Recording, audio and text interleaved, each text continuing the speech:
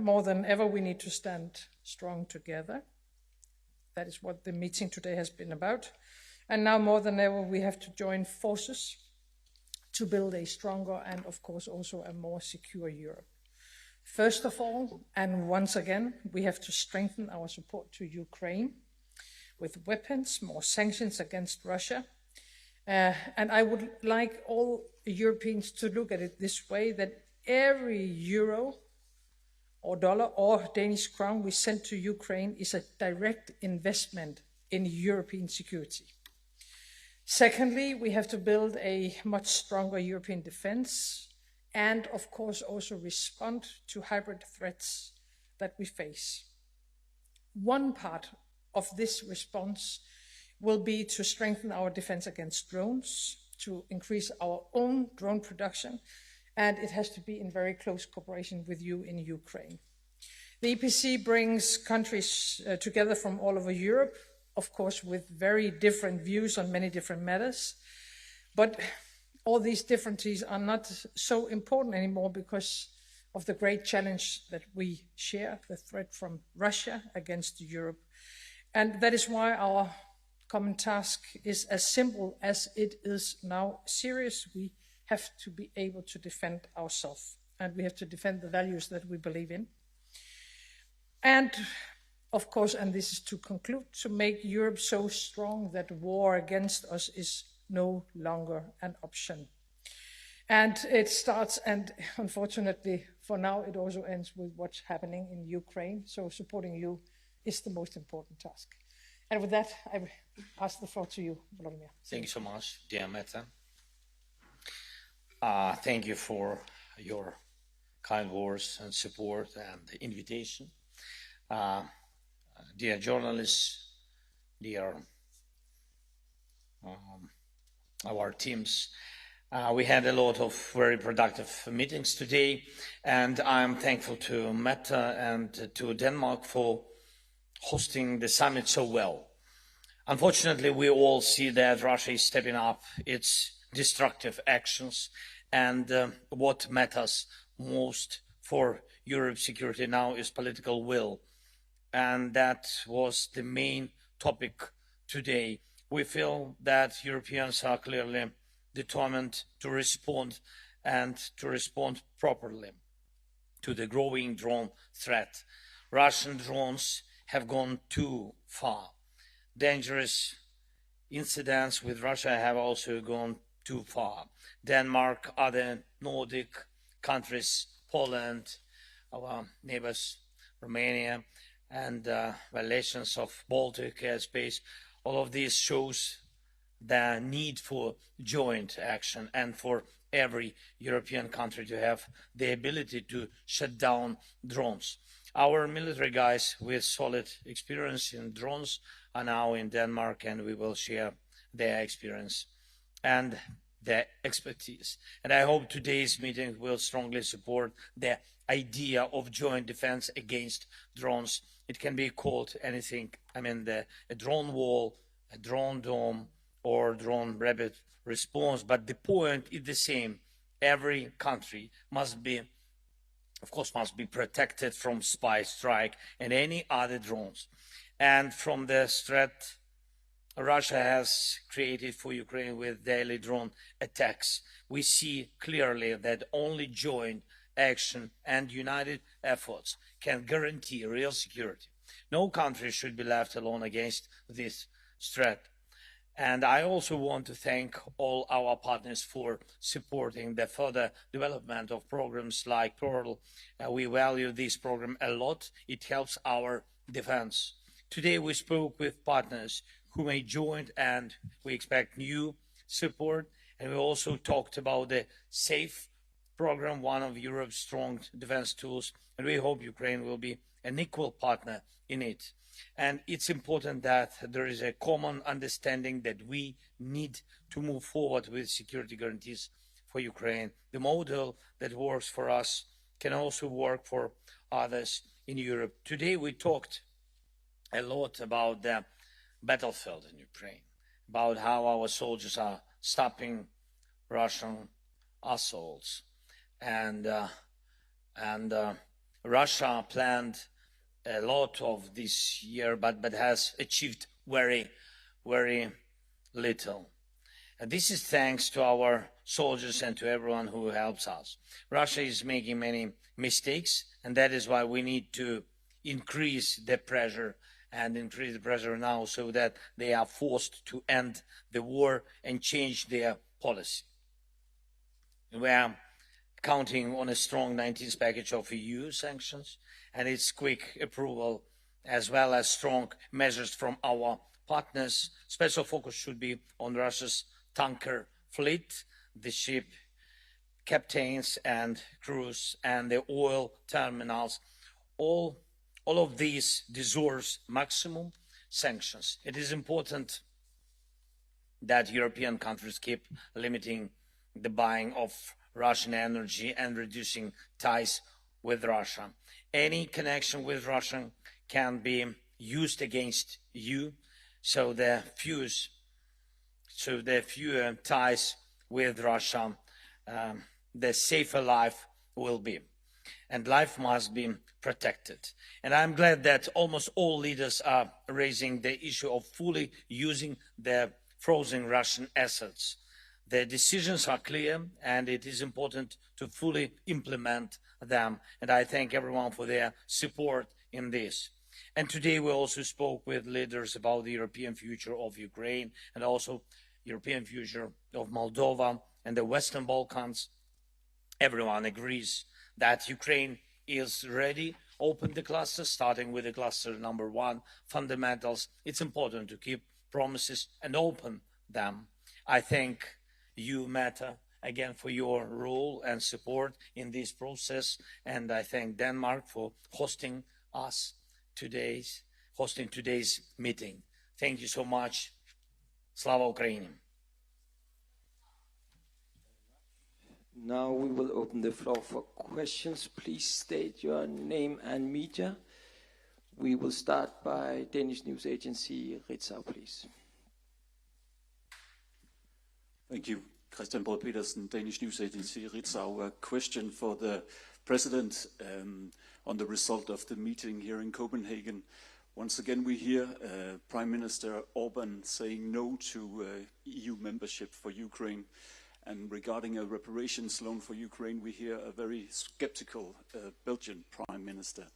Are you concerned about the lack of unity among the EU member states on these two crucial subjects for Ukraine? And what do you see as the concrete results of this meeting? And if I may, a question for the Danish Prime Minister and also for the President. Prime Minister Orbán suggests, instead of EU membership, a strategic partnership for Ukraine on economic issues, on trade, energy and security. Do you see a middle ground here, or do you think that it's only the option of EU membership that counts? Thank you. Want me to start? Yeah, please, of course. No, I think we have to stick to strategy. And enlargement of the European Union is a part of our strategy. And it's a question for the entire European Union and actually the entire European continent. And we have to build as strong Europe as possible, which in my world means enlarge the European Union. There is European unity because we are 26 countries agreeing that Ukraine, Moldova and other countries should join us. By the way, they're doing quite an amazing job, even though they are at war.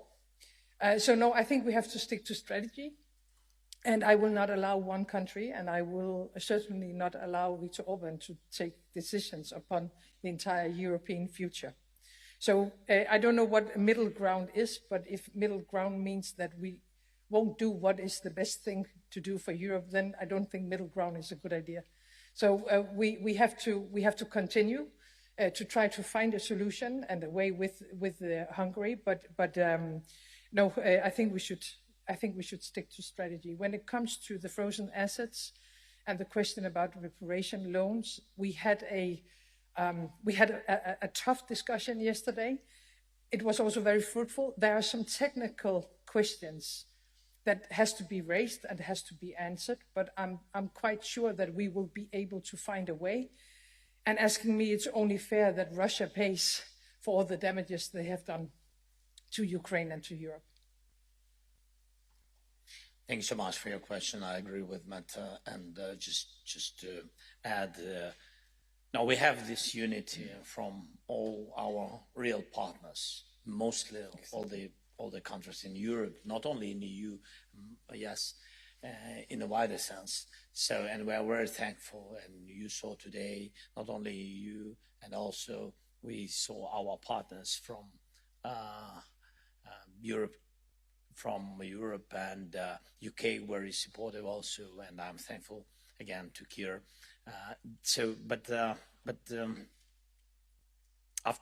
Especially after these attacks of Russian drones, I think the unity is more strong, and I think that reaction has also to be strong, to my mind. But in any way, so we will work on this issue, as I said already, together. We will build this new format. I'm sure we have to do it, and for all the countries. And it's very important not only for the leaders. First of all, it's important for societies, for people, just to understand what security they have and on what they can count. About blocking our way to EU, nobody can block, because it's a will of our nation and decision of Ukrainian people. And of course, the decision of Europe to see Ukraine the member in the future, the member of EU.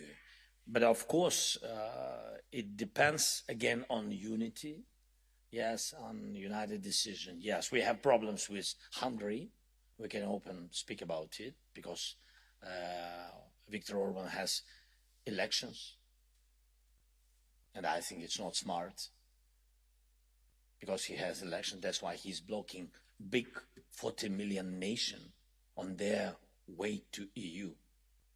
Big and strong nation, because, by the way, Russia began this war because our will and our choice to go directly to Europe, because we feel the same and share the same values with all other European countries. Thank you. Next one would be Enter TV, please.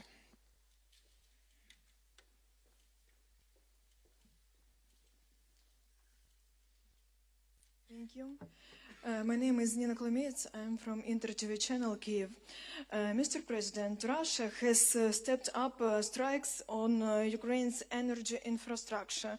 You promised a mirror response. The Washington Post reported that US intelligence will provide Ukraine with coordinates of Russian energy facilities. Is it true?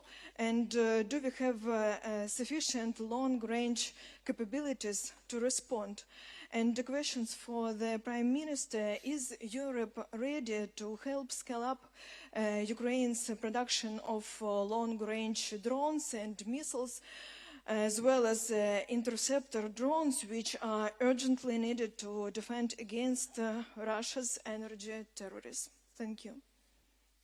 I can answer very shortly to my question. Yes. Can I answer the same way? Thank you for your question. So first of all, we never attacked some civilian infrastructure in Russia. We always answered after their attacks on our energy. We began to answer. First, it was a little bit more than 1 year ago. We didn't have capabilities to answer. And when you remember when they did blackouts in Ukraine and a lot of such awful things attacked us. Now we can answer, and they feel our strong answers. We need a little bit more financing to be comparable, because when we spoke about it today, when they use each day 500 drones, for example, or 600 drones, we use 100, 150. Just capabilities, we have enough capabilities. Just now the question of financing. I spoke with partners, and by increasing financing, we will increase and be comparable with long-distance drones. And Russia will have more questions from, I think, their society to their leaders. This is important.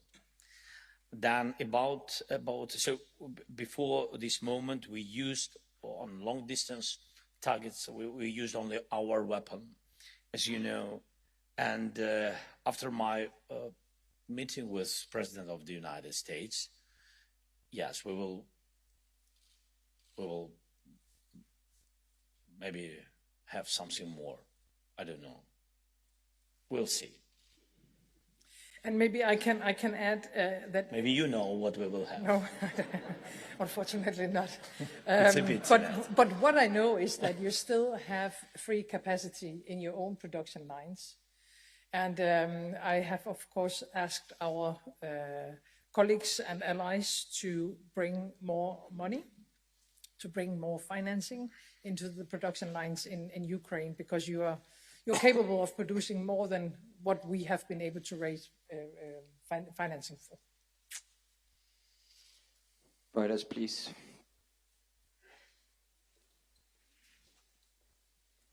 Hello, Andrew Gray from Reuters.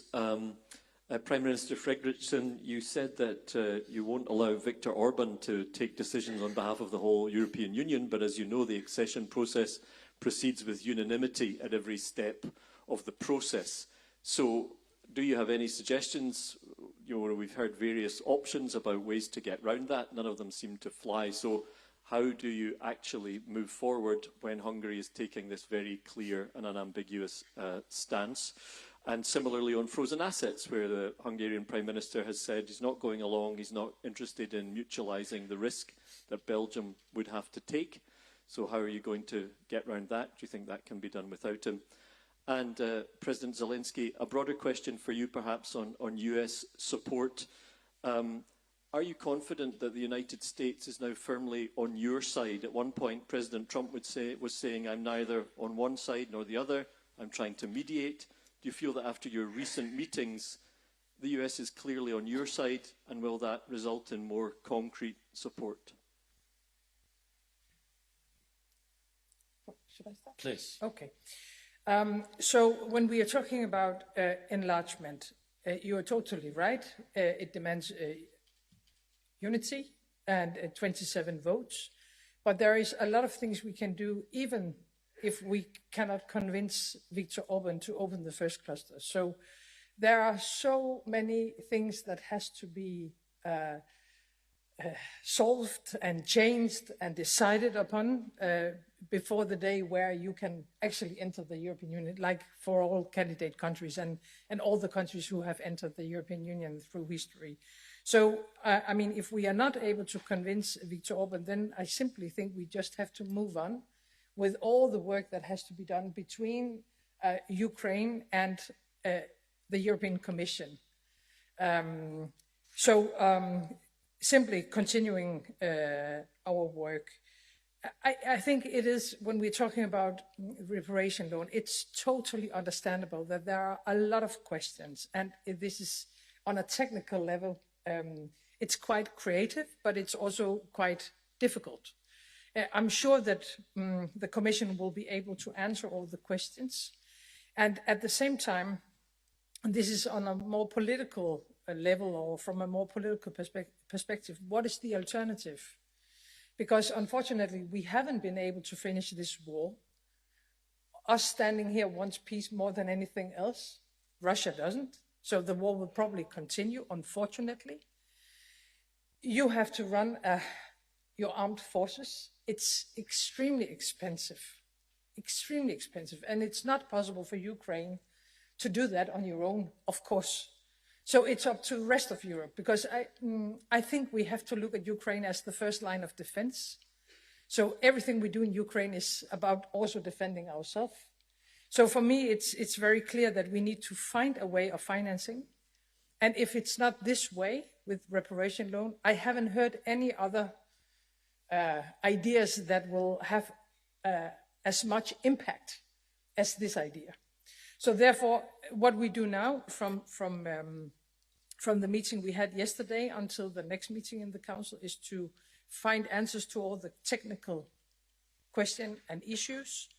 And then I think we will be ready to take a decision. And I know that the government in Belgium finds this very difficult, but my hope is and my belief is that we will be able to find a solution that will get support from all 27 countries. We do our best to have United States on our side. What can I say? Politically, diplomatically, and of course on the battlefield. On the battlefield, our soldiers, they are heroic people, and they have to stand and not make steps back. It's very difficult. It's very painful. It's a big tragedy, this war. But to show our strong position, it has big influence, really, on reality, which is in the United States.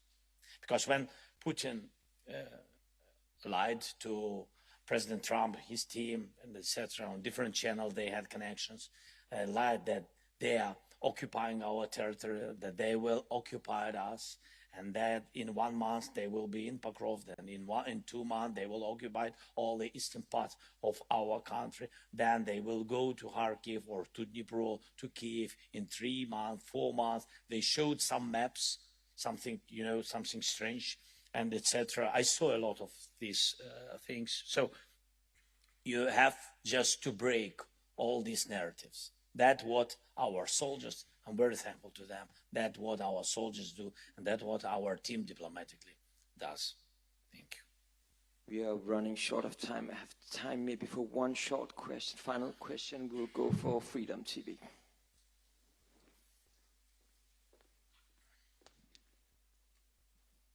Thank you, Vitaly Sizov, Freedom. 2 questions for President. Of course, there is more urgent needs of Ukraine, but maybe you already discussed the possible participation of Ukraine in flagship project of defense of Europe, of this common project that you discussed yesterday with the European leader. And questions for Prime Minister to close the topic of frozen assets. Could you say after these 2-day discussions that you became closer, 1 step or 2 steps closer to adopt this decision about reparation loan? Thank you. Well, when it comes to the reparation loan, we need at some stage to take an official formal decision. We cannot do that in an informal council meeting as we had yesterday, but what we can do during days like these in Copenhagen is to have discussions and to go deeper into the substance, and that is what we have tried to do together. So yes, I think we have moved closer, but we haven't, I mean, we are not there yet to conclude and to take a decision, but that was not the plan for these days. No, because it's an informal meeting and we don't take decisions. So the idea is to take decisions later on, but to prepare them and to have the political decisions. And that is exactly what we have been doing. And I think it has been quite good. The other question about including or to have Ukraine integrated in a flagship project or in this idea of building a kind of a drone wall, I would let the president answer, but I would just say from a European Union perspective, it's impossible to build up the needed capabilities to secure Europe without Ukraine, because you are unfortunately the specialists. So in one way or another, I hope that we will be able to have your experiences, that we can learn from your soldiers and from your experts. And if we want to secure Europe, if we want to rearm Europe, I think we have to think Ukraine as a part of this rearming from the very beginning. If we speak about drone project, yes, yeah, about this. Sorry.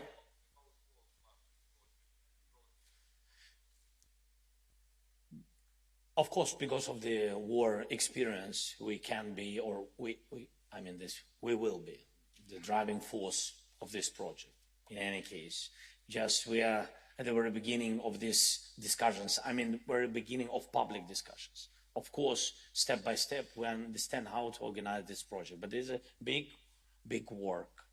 Yes, for this we need experience, we need to share experience, and it's fair, and I mean, this is just a decision because countries of Europe, yes, like such strong partners, close partners like Denmark, helped us and continuing doing this from the very beginning of the war. And of course, they put money, they put strength to our army from the very beginning and supported our people.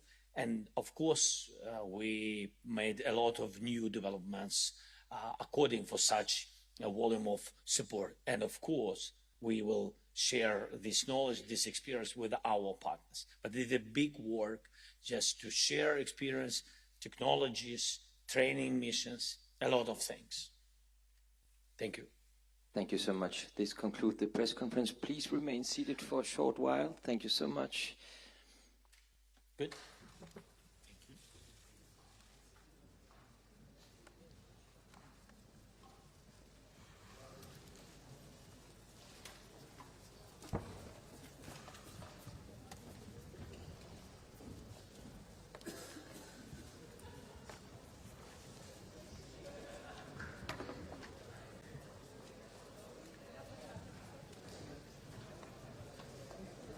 Thank you so much.